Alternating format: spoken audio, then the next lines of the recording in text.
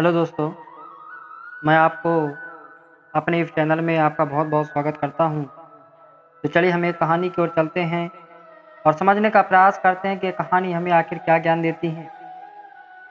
एक बार महात्मा बुद्ध प्रवचन सभा में आकर मौन बैठ गए। शिष्य समुदाय ने उनके इस मौन के कारण चिंतित हुए कि वे कहीं अस्वस्थ तो नहीं हैं।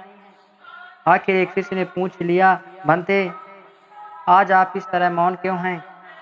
वे नहीं बोले तो दूसरे शिष्य ने फिर पूछा, "गुरुदेव, आप स्वस्थ तो हैं?"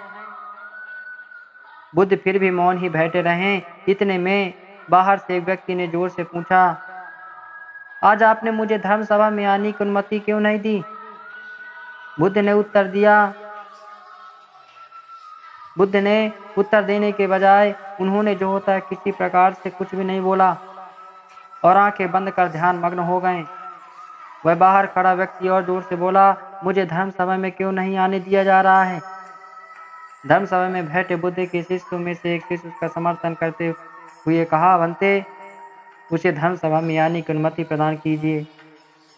महात्मा बुद्ध ने आंखें खोली और बोले, "नहीं, उसे अनुमति नहीं दी जा सकती क्योंकि वह अछूत है।"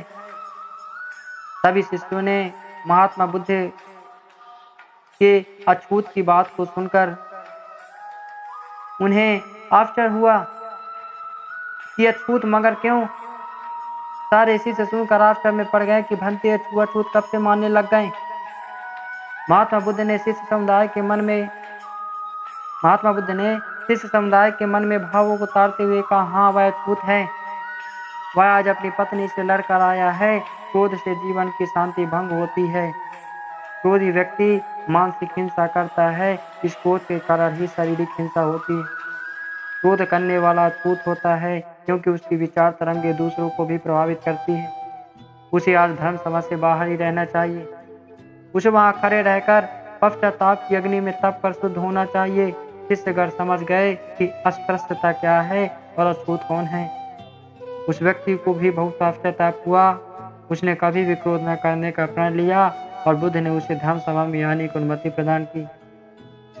दोस्तों, इस प्रकार हमें महात्मा बुद्ध यह सीख देते हैं कि जीवन में हमें जो होता है कभी भी क्रोध की अग्नि में जलकर किसी जो होता है दूसरे व्यक्ति का नुकसान नहीं करना चाहिए, अपितु अपने मन में शांति का भाव रखना चाहिए।